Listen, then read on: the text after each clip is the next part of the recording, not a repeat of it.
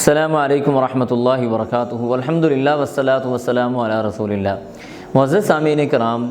فتنوں کے حوالے سے ہم بات کر رہے ہیں تو سب سے پہلا اور سب سے بڑا فتنہ جس کے اندر انسان گھرا ہوا ہے وہ اللہ سبحانہ و تعالیٰ کی کلام مجید کے اندر ارشاد ہے،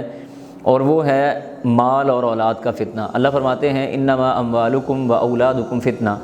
کہ تمہاری اولاد اور تمہارا مال یہ دونوں تمہارے لیے آزمائش ہیں۔ دیکھیں، یہ مال اور اولاد ذاتی اعتبار سے انسان کے لیے اللہ سبحانہ و تعالیٰ کی قرب کا بھی باعث ہیں، اور اللہ تعالیٰ سے دور کر کے جہنم کی طرف لے جانے کے لیے بھی کافی ہیں۔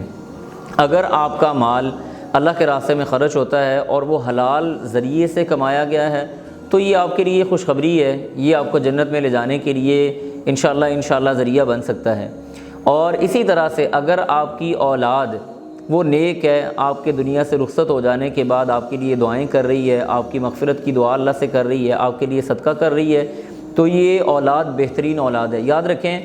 کوئی بھی بندہ، چاہے وہ اسلامی یعنی علماء ہیں یا دیگر لوگ ہیں، کوئی نہیں منع کرتا کہ آپ اپنے بچے کو ڈاکٹر نہ بنائیں، اس کو انجینئر نہ بنائیں، اس کو سائنٹسٹ نہ بنائیں یا اس کو دیگر شعبوں میں نہ بھیجیں، لیکن کم از کم اپنی اولاد کو ہمیں اتنا تو بتانا چاہیے کہ بیٹے یہ اسلام کے بنیادی پلرز ہیں، یہ ایمان کے بنیادی پلرز ہیں، یہ وہ کام ہے جن کو کر کے تم حقیقی نجات پا سکتے ہو، اور یہی وہ اولاد ہے جو انسان کے مرنے کے بعد اس کے کام آتی ہے۔ نبی علیہ الصلوۃ والسلام کی حدیث ہے، سامعین کرام، آپ علیہ الصلوۃ والسلام نے فرمایا کہ جب بندہ فوت ہو جاتا ہے تو اس کے سارے اعمال منقطع کر دیے جاتے ہیں الا من ثلاث، تین چیزیں ہیں، اور ان تین چیزوں میں دو چیزیں وہ ہیں جس کا ذکر اللہ نے قرآن میں کیا، انما اموالکم و اولادکم۔ فرمایا نبی علیہ الصلوۃ والسلام نے کہ تین چیزیں باقی رہ جاتی ہیں۔ نمبر ایک کہ صدقۃ جاریہ، جو بندہ صدقہ کرتا ہے، مال، اس کے بعد اس کی نیک اولاد جو اس کے لیے دعا کرتی ہے، اولادکم، اور نمبر تین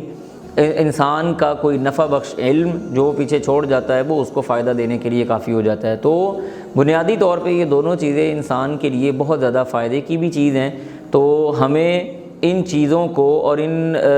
دونوں ہی انعامات کو یا دونوں آزمائشوں کو مد نظر رکھتے ہوئے فیصلہ کرنا ہے کہ ہم نے ان کو اپنے لیے نجات کا باعث بنانا ہے یا کہ اپنے لیے وبال جان بنانا ہے۔